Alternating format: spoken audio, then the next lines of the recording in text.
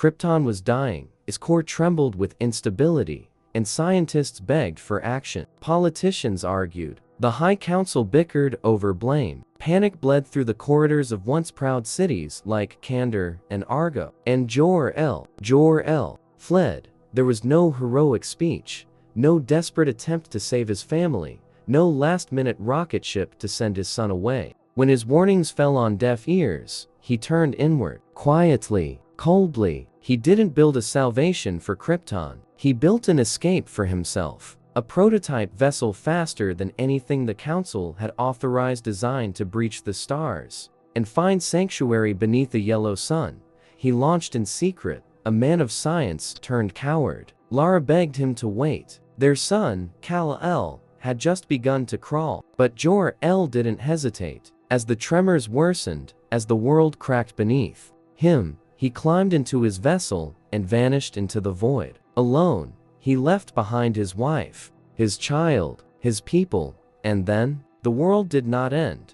The tremors ceased. The core stabilized. The apocalypse Jor-El predicted never came. The planet lived on, damaged, shaken, but intact. The child did not die. Kal-El's cries echoed through the ruins of the El estate for hours before the emergency response droids found him. Lara was gone, her body discovered beneath the collapsed arch of crystal, arms outstretched toward the cradle. The AI systems couldn't understand how Kal-El had survived the structural collapse. Statistically impossible. But there he was, swaddled in his father's red robe, wailing under a fractured skylight, bathed in moonlight and silence. The Council was fractured in those days. Some saw Kal-El as a symbol of his father's arrogance, a child born of a traitor. Others feared the name El, still heavy with meaning. But one elder among them, Mira Van, took the boy under her care. Not out of sentiment, but belief.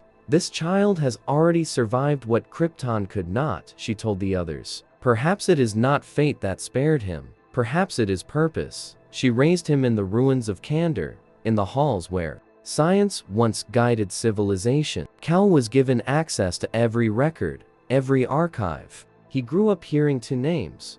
Jor-El, the one who abandoned the world, and Kal-El, the one who stayed. By the time he was 12, Kal had already begun asking the hard questions. He discovered his father's logs, journals that spoke not of love but equations, not of hope but escape. His father had planned to leave long before the earthquakes began. He hadn't tried to save his family, he had only saved himself. Kal-El read those words over and over again. The abandonment etched itself into his soul. I will not run, he whispered one night under a black Kryptonian sky. I will never leave this world.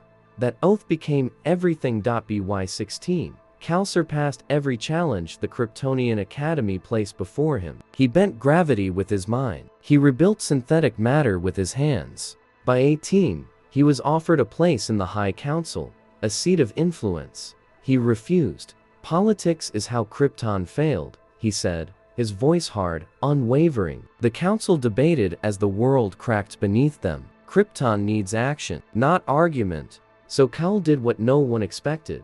He left the halls of power and walked into the wastes. The wastes were broken cities, scars of the quake cycle, populated by the forgotten and the poor. No counselor had set foot there in a generation. But Kal did. He moved rubble. He dug with his bare hands. He repaired housing systems with ancient tools. He didn't wear the crest of El for pride. He wore it for accountability. People followed. He spoke little. He worked endlessly. Laborers came to his side. Engineers volunteered. He didn't ask. He simply acted. Slowly, quietly, the broken pieces of Krypton began to fit together again, not because of the Council, but because of a young man who refused to leave. The House of El, once disgraced, became a beacon again. And then, 20 years after Jor-El's escape, the sky opened. A ship, scarred and corroded from deep space travel, crash-landed on Krypton's outer tundra. It broke atmosphere like a dying star and slammed into the red sands, smoke trailing from its thrusters. Kal-El was the first to reach it. He descended in a silent black cloak, trimmed in silver, bearing the crest of his house stitched across his back. When the doors hissed open and the survivors stumbled out, Cal said nothing for a long time. Jor-El, gaunt and gray-haired, collapsed into the sand. He looked up and saw not a child, but a man carved in steel.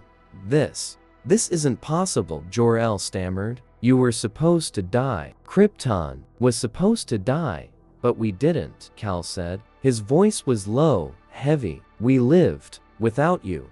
Jor-El tried to speak. I thought there was no time. I had to save someone.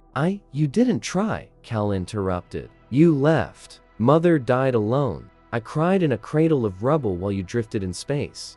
Jor-El dropped to his knees, shame breaking across his face. I was wrong, he whispered. Cal didn't offer forgiveness. He didn't strike him either. He simply turned away.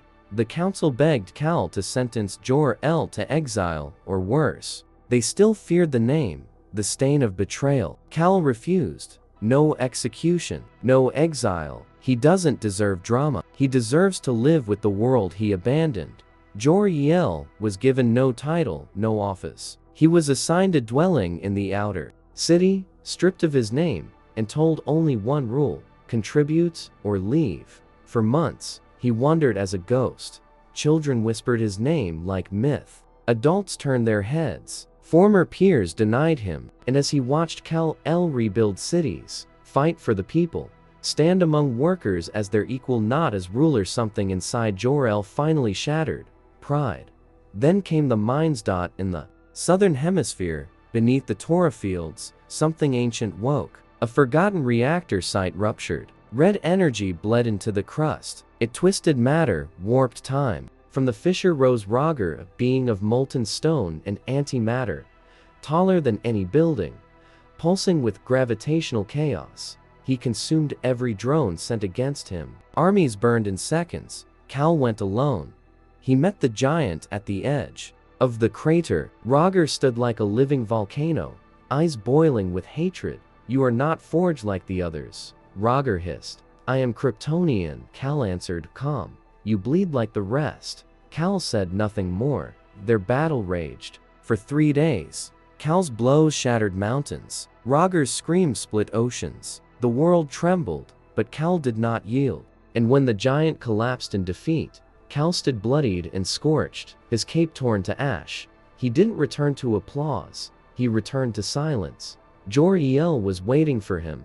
I saw it, he said, trembling. You're everything I wasn't. You saved them. Again. Cal's eyes were cold. Why are you here? To warn you. Cal stiffened. I lied, Jor-El said. The planet was unstable. Yes, but I didn't flee because of the core. I fled because of what I found. He looked to the stars. Something out there. A presence. Feeding on stars. Consuming them. I called it Black Star. I thought if I left Krypton behind, it would pass us by. But it's coming. Cal said nothing, but he believed him, and a week later, the sky dimmed. Black Star did not come in ships. It came as a celestial event, a living mass of collapsed suns, a vortex of entropy. It hovered in orbit, silent, surrounded by the shredded remains of the moon and abandoned satellites. Light died. Communications failed. Crops withered. Fear returned.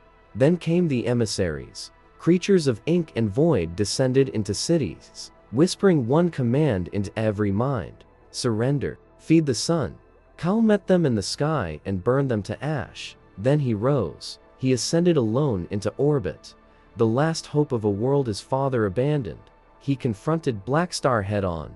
The battle was beyond physics, beyond science. Cal struck like a meteor, broke black limbs of collapsing matter, tore through gravity wells with fists of light. Black Star opened its maw and tried to devour him. Cal dove into the black heart of entropy, and inside, he heard them, souls, screaming, trapped, suns that once burned bright, now silenced, civilizations swallowed, the echo of annihilation.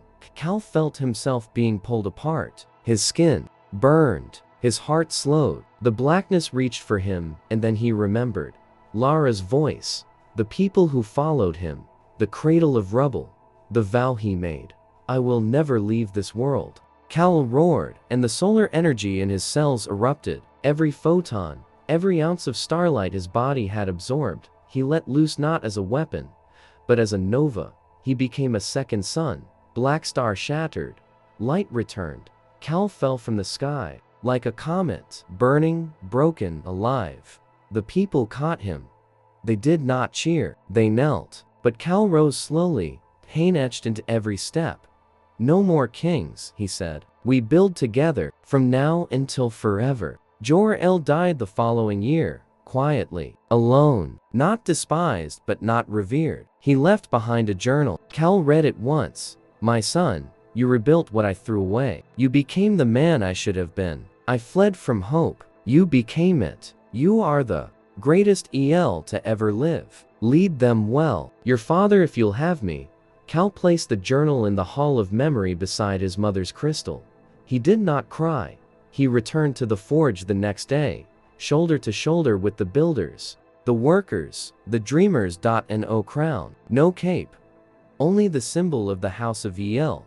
The man who never left. Superman.